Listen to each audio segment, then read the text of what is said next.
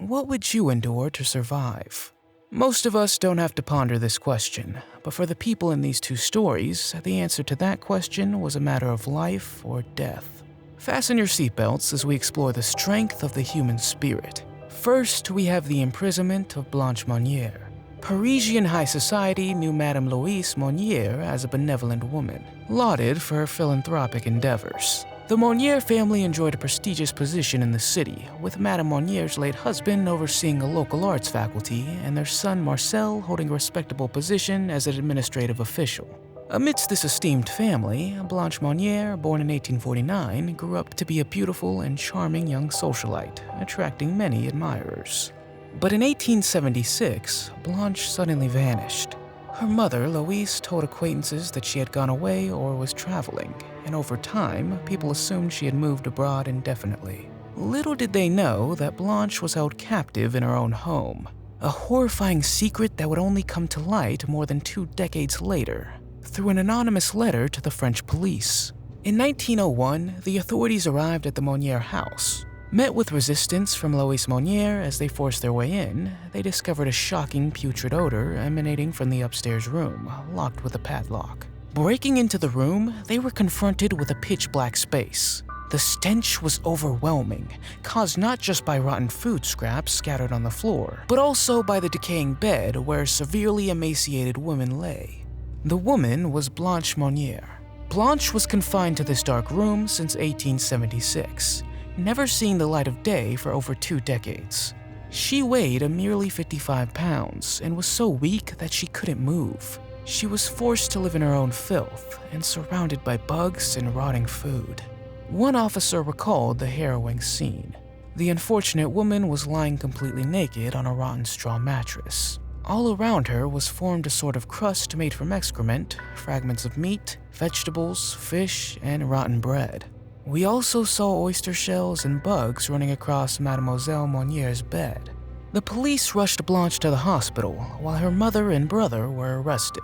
At the hospital, despite her terrible malnourishment, Blanche displayed remarkable lucidity and expressed gratitude for breathing fresh air again. The truth behind Blanche's captivity eventually emerged. Years before, she had fallen in love with a poor lawyer, much to her family's disapproval. Her mother demanded she chose a more suitable partner, but Blanche refused to give up her love. In retaliation, Madame Monnier locked her daughter away until she relented. Even after her lover's death in 1885, Blanche remained confined, isolated with vermin as her only companions. Her brother, Marcel, did not come to her aid and was accused of colluding with their mother. It remains unknown who wrote the anonymous letter that led to Blanche's rescue, but the horrifying story soon became public knowledge, sparking widespread outrage. An angry mob gathered outside the Monnier house. The stress of the public outcry took a toll on Madame Monnier's health, and she died 15 days after Blanche's liberation. Blanche's brother, Marcel, was the only family member to face trial. He argued that Blanche had chosen to stay in the room and that she was violent, attempting to evade responsibility for his mother's crimes. Although he was initially sentenced to 15 months in prison, he was eventually acquitted due to the lack of a duty to rescue law in the region at that time. Blanche's freedom came at a heavy cost. The psychological trauma she endured during her captivity left her unable to reintegrate into society. She spent the remainder of her life in a sanatorium in Boise and passed away at the age of 64 in 1913, forever haunted by the tragedy of her past. The horrifying tale of Blanche Monnier remains etched in history as a chilling reminder of the darkness that can lurk behind the facade of high society. It serves as a cautionary tale of the consequences of love denied, cruelty inflicted, and the terrible price paid for lost years and shattered dreams. Do you think you could have survived this ordeal? Let me know in the comments. Next, we have the Uruguayan Flight 571. Over 50 years ago, on October 12, 1972, Uruguayan Air Force Flight 571 took off with 45 passengers and crew on board, including the amateur Old Christians Club rugby team and their friends and family. The destination was Santiago, Chile, where they were scheduled to play an exhibition match against the Old Boys Club. However, bad weather forced the plane to land in Mendoza, Argentina overnight. The following afternoon, the aircraft attempted to continue its journey to Santiago. The pilots chose a U-shaped route to fly lower through a mountainous pass due to their inability to reach the necessary altitude to fly directly over the Andes mountain range. Tragically, the pilots underestimated their position, and the plane crashed into the heart of the Andes. Upon the impact, the wings and tail of the plane were torn off, leaving the fuselage to slide down the mountain until it came to a halt. The survivors, 33 in number, were left with varying degrees of injury. Roberto Canessa, a medical student among the survivors, along with another individual with medical training, quickly attended to the wounded. Nando Parado, one of the rugby players, had suffered a skull fracture and was unconscious for 3 days before regaining consciousness. The survivors soon realized that they were stranded, and they had to wait to be rescued.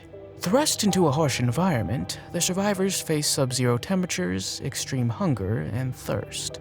Their only source of water was snow, which they melted using makeshift devices. However, their food supplies were very limited, and they soon resorted to consuming small portions of chocolate, crackers, and fish. After 10 days, they learned through a transistor radio that the search for them had been called off. With their hopes of rescue fading, the survivors faced a harrowing decision for their survival. They chose to harvest the bodies of the deceased passengers as a source of sustenance. The act, though distressing, was perceived as a means of continuing their own lives and escaping the dire situation they had found themselves in. On the 17th day, disaster struck again as 2 avalanches hit their makeshift shelter. 8 survivors lost their lives in the catastrophe. The remaining 19 were trapped in a confined space, surviving on the meager rations they could salvage from the wreckage and the remains of those who hadn't survived the avalanche. For 50 more days, the survivors endured unimaginable hardships, both physical and emotional.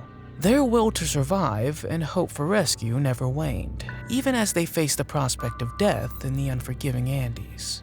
Eventually, 3 of the survivors, Parado, Canessa, and Antonio Tintin Vicentin, decided to embark on a dangerous expedition to seek help. The group planned carefully, ensuring that the expeditionaries were nourished before their departure. On the 61st day, the 3 men set out, believing they could reach civilization within a day. However, their journey was far more grueling and treacherous than anticipated. For days, they battled harsh weather conditions and trekked through difficult terrain, running out of food and encountering uncertainty at every step. But, driven by the hope of rescue, they pushed forward with determination. On the 71st day, Parado and Canessa caught sight of a riverbank and signs of life. This discovery was a turning point, for they knew that help was within reach. They were eventually spotted by Sergio Catalan, a man on horseback, who could not hear their cries due to the loud river between them. Nevertheless, Catalan signaled his return the following day. The long-awaited rescue came, and survivors were finally found by authorities. The remaining 14 survivors at the crash site were evacuated to safety over the course of 2 days. The return to civilization brought mixed emotions: relief, gratitude, but also the knowledge that they had been forced into unimaginable acts of survival. The survivor's story of consuming the deceased to stay alive initially caused controversy and shock. However, they faced the judgment with strength, emphasizing that their actions were driven by the desire to survive and were not to be judged by those who had not experienced their ordeal. Despite the hardships, the survivor's story ultimately inspired people worldwide with its display of resilience, camaraderie, and hope. They would go on to lead fulfilling lives, raising families, and cherishing the gift of life. Their incredible tale of survival, sacrifice, and endurance has continued to captivate and inspire countless people, making their legacy an indelible part of history. There's a link to an interview done with some of the survivors in May 2023 in the description. Do you think you would have enough faith to keep going in this situation? Let me know in the comments. I hope these stories of survival inspire you the way they inspired me. If you have any other stories of your own that you'd like to share, please leave a comment below. If you enjoyed the content, be sure to subscribe to the channel and hit the bell icon so you don't miss any new videos. Until next time, stay safe and never give up.